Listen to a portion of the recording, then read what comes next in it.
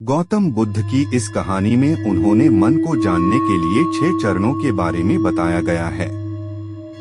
शुरुआती 5 चरणों को जाने बिना आप मन को नहीं समझ सकते हैं। जानते हैं कहानी के बारे में। मन को जानने से जुड़ी गौतम बुद्ध की कहानी। एक बार एक व्यक्ति गौतम बुद्ध के पास गया और पूछा कि मन को नियंत्रित करने का पहला चरण क्या है। बुद्ध कहते हैं, अपने मन को समझने का पहला चरण है इसके द्वारा दिए गए लालच की व्यर्थता को देखना।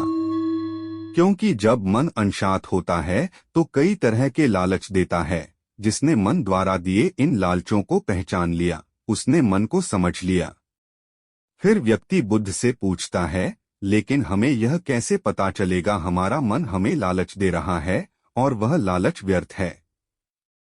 इसका जवाब देते हुए बुद्ध कहते हैं, अनुभव से। मनुष्य मन के लालच से जिस कार्य को अतिपूर्वक करता है उसमें उसे हानि ही होती है और हानि के बाद ही उसे अनुभव भी होता है।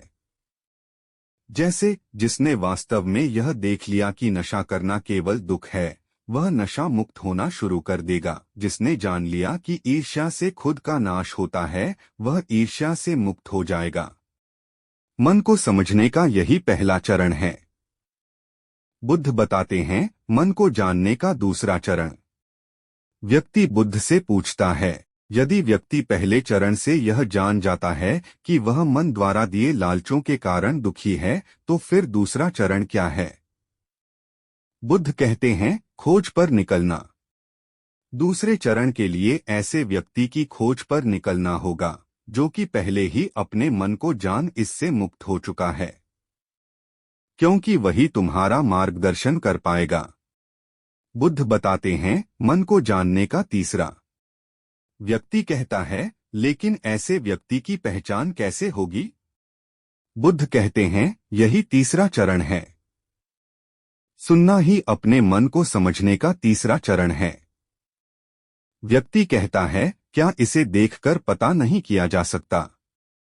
बुद्ध कहते हैं, देखने में कोई व्यक्ति बहुत शांत और अच्छा लग सकता है, लेकिन उसके मन के भीतर क्या है यह उसके शब्दों से ही पता चलता है। लेकिन किसी की बातों पर तब तक विश्वास नहीं करना चाहिए जब तक कि वह तुम्हारे विवेक की कसौटी पर खरा न उतर जाए।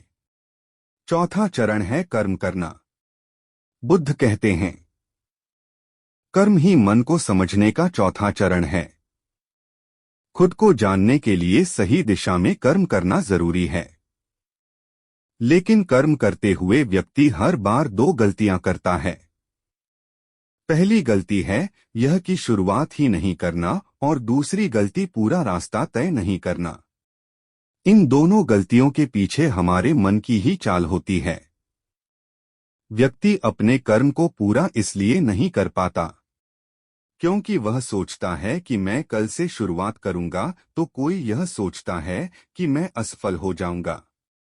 इन गलतियों का मुख्य कारण है जागरूकता की कमी।